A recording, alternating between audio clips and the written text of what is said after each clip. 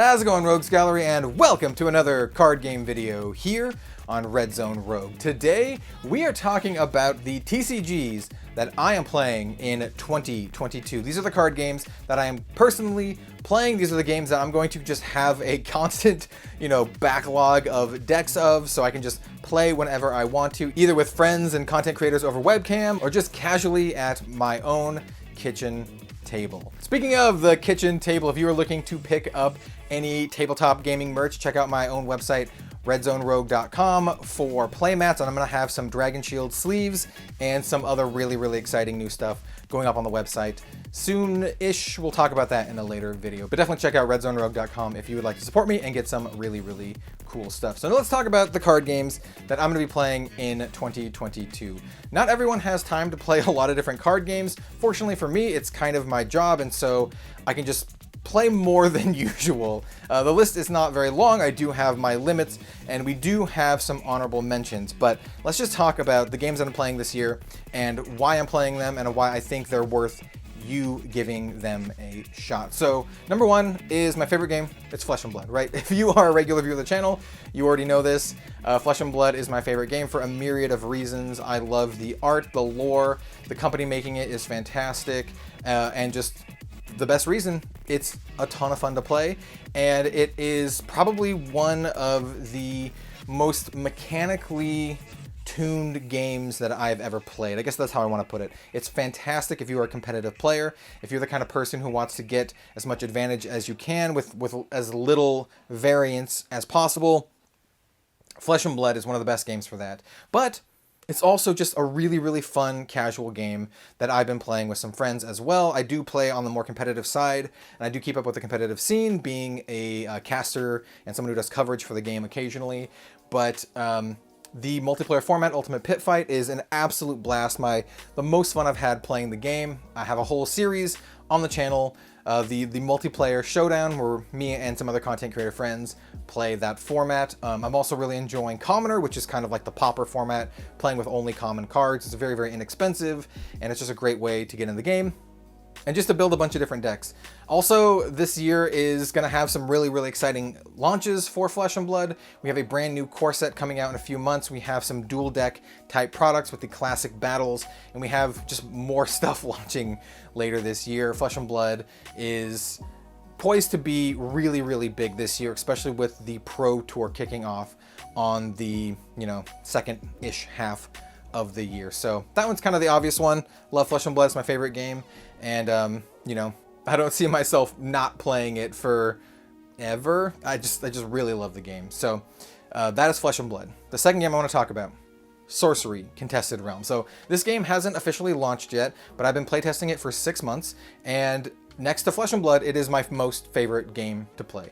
It is an absolute blast, but it's so different. It is completely different than Flesh and Blood because it gears more towards these massive, epic, splashy effects rather than like the nuts and bolts kind of thing where you have in Flesh and Blood. It's more casual than Flesh and Blood, but you can just have these awesome moments. It's like playing a war game like Warhammer, but you can craterize these locations, right? You can make giant craters, you can flood the world, you can establish walls that your opponent's armies can't get through. It's just such a flavorful and awesome game.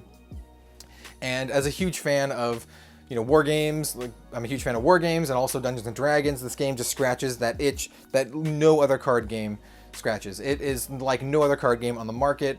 It's the perfect second card game for most people because there's only going to be one set a year, but the sets are going to be huge, like 400 cards. So when the sets do launch, you have a lot to dive into, but you don't have to wait every 2 months to have a new set, right? You don't have to keep up with everything over and over again, and you don't have to keep buying cards every couple months, right? So it's the perfect second card game.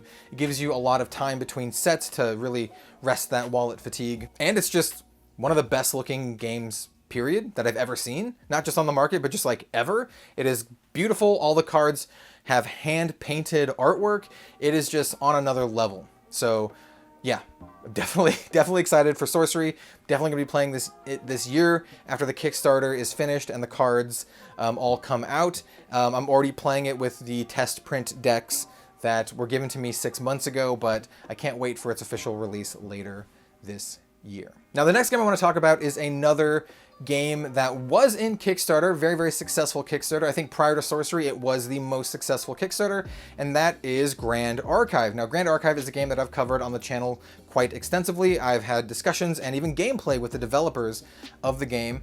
I personally think it is one of the best playing anime style games on the market. They have no quarter when it comes to their art. Absolutely phenomenal art, so great, fantastic artwork there if you're into that kind of stuff. The gameplay is really good. The developers are really responsive to the community, and they just want their game to be the best as possible. You can really tell when a developer believes in their game and they just want it to be a good, successful game, and that's what Grand Archive is. And it also is just a lot of fun to play. It's, like I said, the artwork is fantastic, and it is one that I just can't wait to play more of.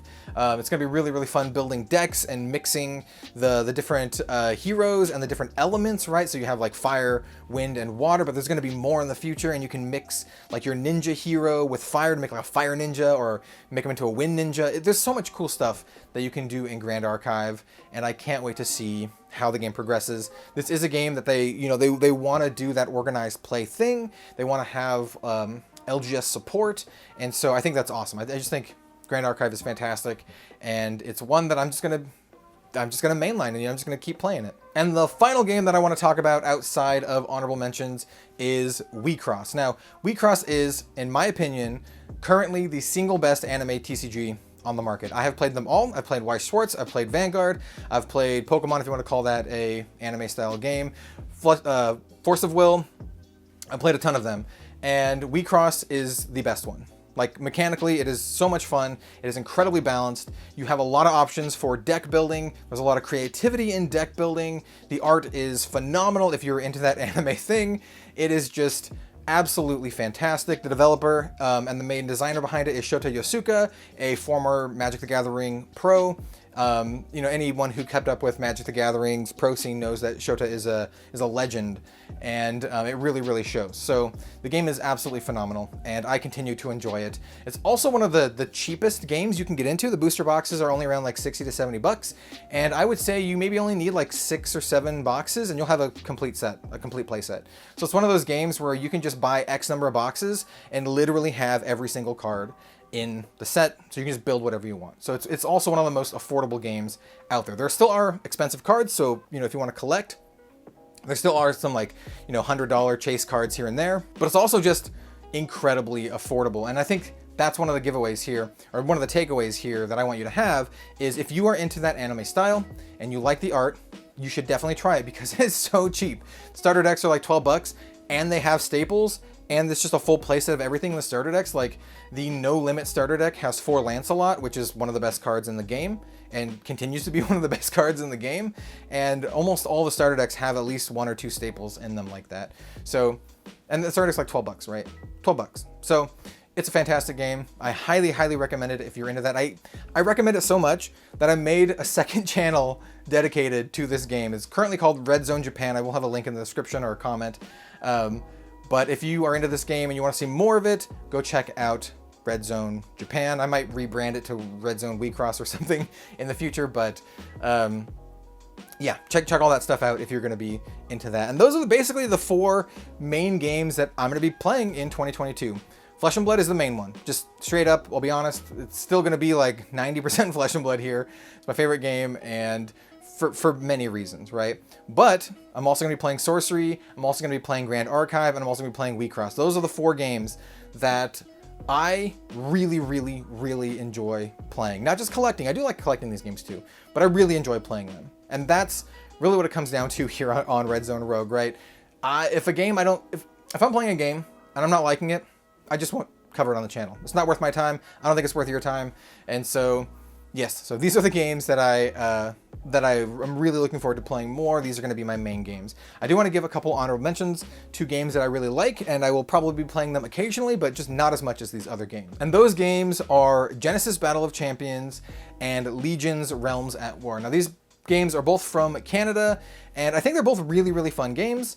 It's just, I have my limits and I can't fit all of these into them. I do have decks for both of these games, and I do occasionally play them, just not to the extent that I'm playing these other games, right? Even though Grand Archive isn't out yet, and even though Sorcery isn't out yet, I've been play testing them extensively, right? I've still been playing them. And like I said, Legions, Realms at War, and Genesis Battle Champions, I both really like them, but those are going to be our honorable mentions today. There's a bunch of other games as well that don't really fall into this trading card game category. Like Varia is really fantastic, but it's not a trading card game. It's more like a living card game kind of thing, like Arkham Horror.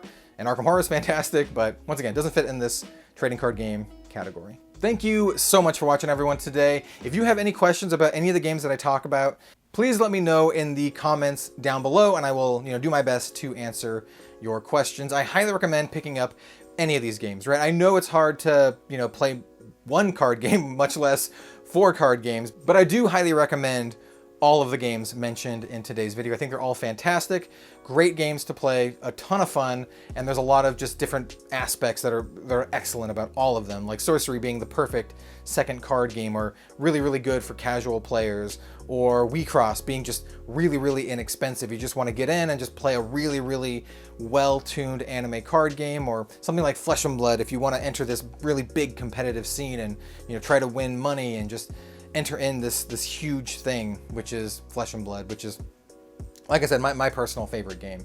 Would never fault you for picking one over the other. Like I said, I think they're all brilliant. So thank you so much for watching, everyone. Please let me know in the comments down below what your favorite picks are. And like I said, if you have any questions, I hope to see you next time for some more card game content. I'll see you later.